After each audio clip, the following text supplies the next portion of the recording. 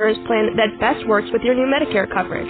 Getting started is easy. Call me at 314-863-0008, 314-863-0008 to arrange for a free health insurance coaching session, or email me at erin@jblfinancial.com.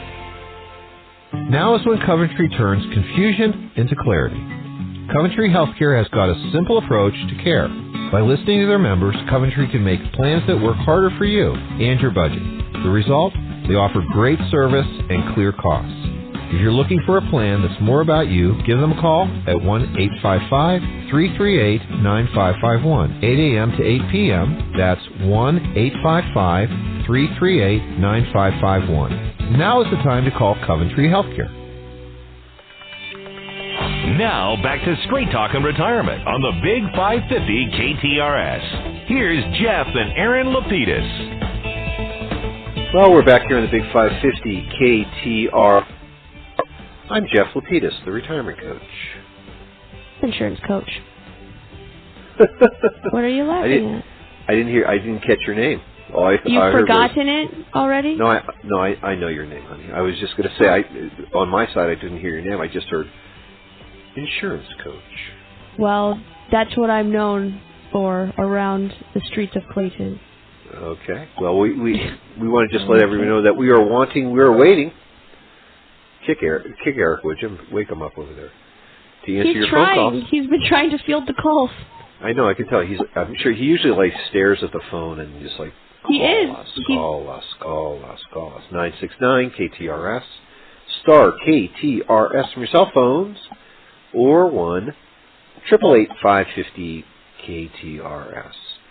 And we are going to do, well, I guess we're going to call it Vocalist or Vocalless, our Rockstar of the Week segment, right? That's right. We're going to really unveil the music that you selected. I mean, the listeners helped you agree with. Next week, we're going to kick it off. So, like your mom says, I love when people agree with me. And whoever disagrees, it's just so rare. Only the people that I pay. You know what I mean? What was that? Were you hinting at something?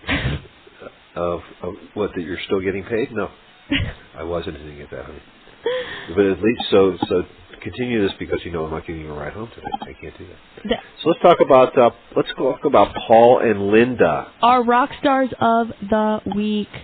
Exactly. Paul's 63. He's a sales manager at a large private company here in the city.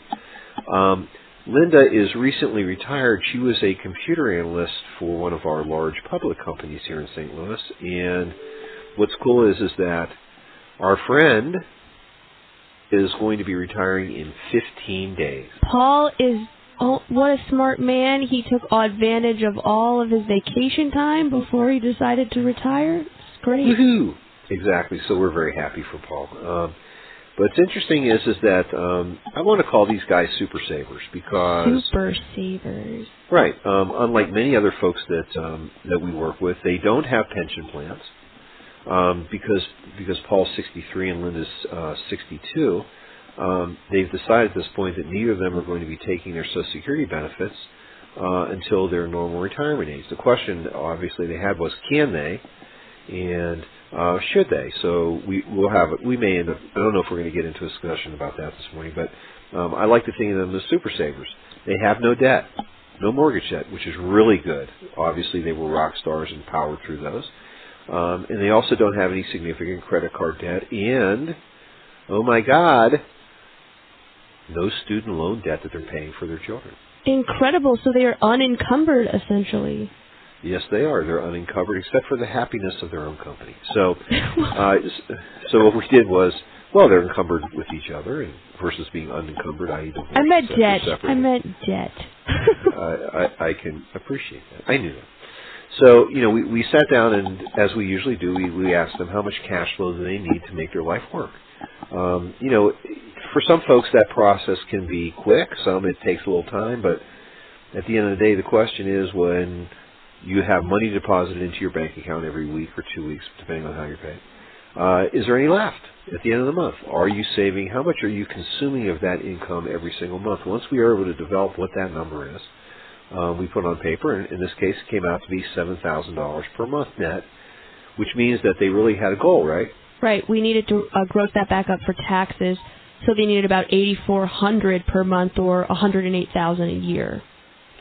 Now, when we did their analysis, we knew that when both of them were eligible for their Social Security benefits, and they hadn't both totally maxed out on their Social Security benefits every single year in terms of their contribution rates, but between the two of them, $2,500 a month each, which would be about $5,000 each once they both began receiving their Social Security benefits at their normal retirement age of 66. So sometimes, Aaron, it's kind of fun. We like to start from the back end, right? Which is what happens when the faucets are turned on. We know that they need $8,400 a month. Social Security will eventually pay them $5,500 a month.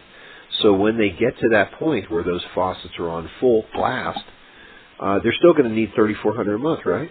That's right, which is only $40,800 per month versus $108,000 without the Social Security benefit. Right. So, in our case, what we're always worried about is we call it the milk money, right? That's How much right. capital do they need generating, throwing off a prudent withdrawal rate, which is considered 4%? How much capital do they really need in what we like to think of milk money capital so they can do the things that they want to do? So when they get to that point, they're going to need approximately $1 million, right? That's right. Exactly. And so, but prior to that time, we also know that if they aren't taking their Social Security benefits, they've got to fund that $100,000 a year income flow, right? That's right. So they're going to need $324,000 between now and when they hit their normal retirement ages.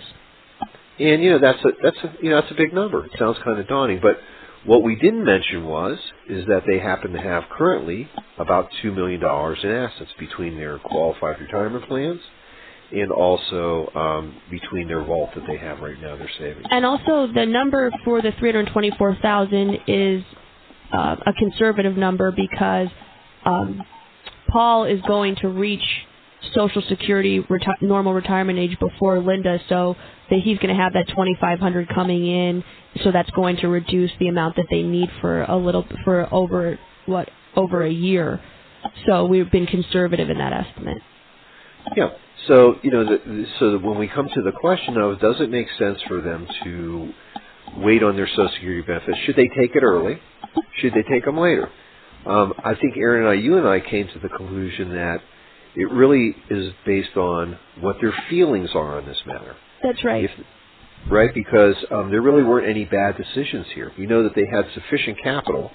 If they have $2 million of capital and they really only need $1 million for milk money, they've got $1 million of excess assets, which is in a cool position. But even if they only had $200,000 or $300,000 of excess assets, it still would have been fine as well.